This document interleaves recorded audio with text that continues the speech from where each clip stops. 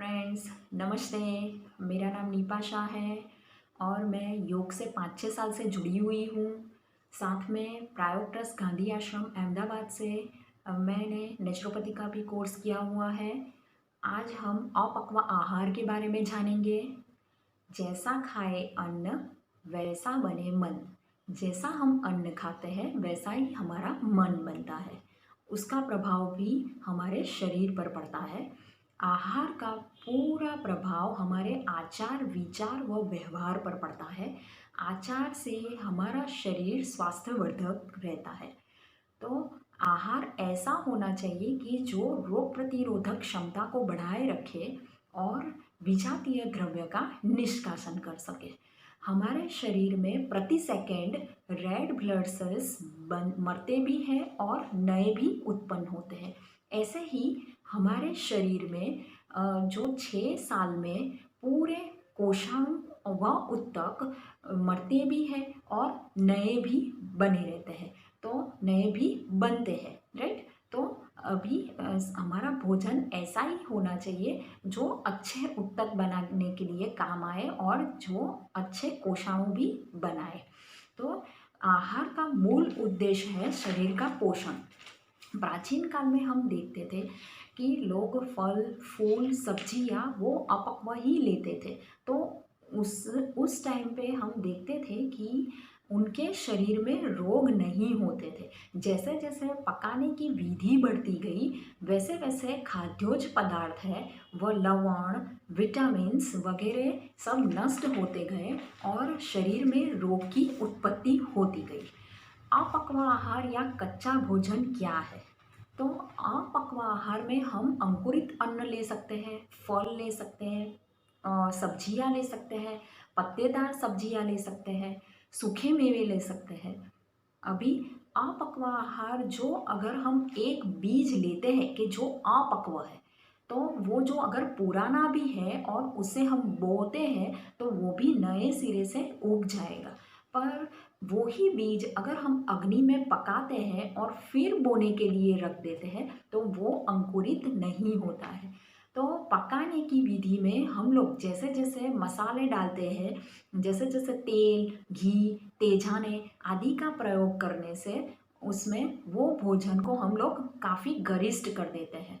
जो सूर्य से बना हुआ नेचुरल अन्न है वो अगर हम खाते हैं तो विटामिन्स और मिनरल्स भी हमारे शरीर में बने रहते हैं। वो सुपाच्य भी होता है, स्वास्थ्यवर्धक भी होता है और काफ़ी सारा हमारे शरीर में इफ़ेक्ट करता है जिससे हम रोग मुक्त रह सकते हैं। अभी अपक्व आहार कैसे होना चाहिए या कैसा होना चाहिए? तो अपक्व आहार अगर आप बाहर से लाते हैं तो पहले उसे अच्छे से धोना जरूरी है। तो नमक डले पानी में आप उसे थोड़ी देर रख के यूज़ कर सकते हैं या फिर गुनगुने पानी में भी आप थोड़ी देर उसे रख के यूज़ कर सकते हैं। रोगी व्यक्ति को ज़्यादा अपक्व आहार नहीं लेना चाहिए, क्योंकि क्या होता है कि रोगी व्यक्ति अगर अपक्व आहार लेते हैं तो उससे उनके स्थित अंदर के विकार को तेजी से उभारने में वो हेल्प करता है। तो तेजी से जो विकार उनके बाहर आते हैं तो वो उससे हम लोग बीमारी का रूप ले लेते हैं, बीमारी के रूप में देखते हैं। तो इसलिए उनको पकी हुई सब्जियां या सूप लेना ज़्यादा ज़रूरी है। जब रोगी व्यक्ति रोग से मुक्त हो जाए तब आप उनको अपक्व आहार दे सकते हैं। अपक्व आहार के लाभ देखते हैं। तो अपक्व आहार लेने से अनिद्रा का रोग दूर होता है, जिससे नींद अच्छे से आती है तो सुबह हमें थकान महसूस नहीं होती है। नेक्स्ट होता है कि हमारा जिनका वजन सामान्य से ज़्यादा है तो वजन कंट्रोल करता है और सामान्य से कम है तो वजन को बढ़ाता है। तीसरा हम देखते हैं कि अपक्व आहार लेने से हमारी इम्यून सिस्टम बढ़ती है, इम्यूनिटी पावर बढ़ता है। नेक्स्ट विजातीय द्रव्य बाहर निकल आते हैं। नेक्स्ट अंतःस्रावी ग्रंथियाँ जो होती है हमारी एंडोक्राइन सिस्टम्स जो होती है, तो उनके वृद्धि और विकास के लिए भी अपक्व आहार काफ़ी इफ़ेक्टिव है। हमारा चेहरा पर तेज बना रहता है, लचीलापन, कोमलता, सुंदरता का एहसास होता है। अपक्व आहार लेने से हमारी त्वचा भी लचीली एवं कोमल और सुंदर बनी रहती है। फिर इसमें एसिड की मात्रा कम होती है। जो अपक्व आहार लेते हैं हम, उसमें एसिड की मात्रा कम होती है और क्षारीय मात्रा ज़्यादा होती है। तो शरीर में काफ़ी सारा इफ़ेक्ट होता है क्षारीय मात्रा लेने से।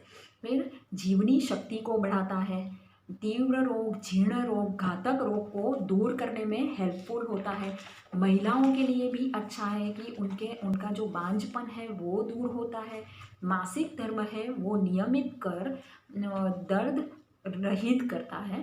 ये सब अपक्व आहार के लाभ है।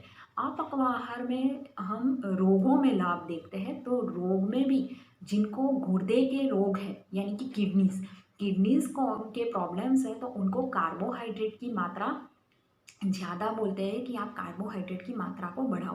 पर सीमित मात्रा में हम जब फल या सब्जियां देते हैं तो उनके लिए वो जो डायलिसिस की जो प्रोसीजर होती है, डायलिसिस की जो प्रक्रिया होती है, वो धीरे धीरे कम होने लगती है और रोगी रोग से मुक्त होने लगता है। ऐसे ही हम देखते हैं कि कैंसर पेशेंट को भी हम जो अपक्व आहार पहले से ही देना शुरू करते हैं तो उनके रोग में भी काफ़ी इफ़ेक्टिव होता है।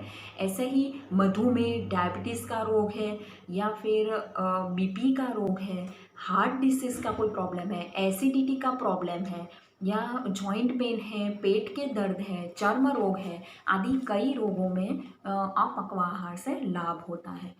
अपक्व खाद्य पदार्थ हम क्या ले सकते हैं? तो अपक्व खाद्य पदार्थ में हम रसाहार कर सकते हैं, फलाहार कर सकते हैं, सब्जियां ले सकते हैं, पत्तेदार सब्जियां ले सकते हैं, अंकुरित अन्न ले सकते हैं, विविध मिठाइयाँ जो प्राकृतिक रूप में है वो ले सकते हैं, सूखे मेवे ले सकते हैं।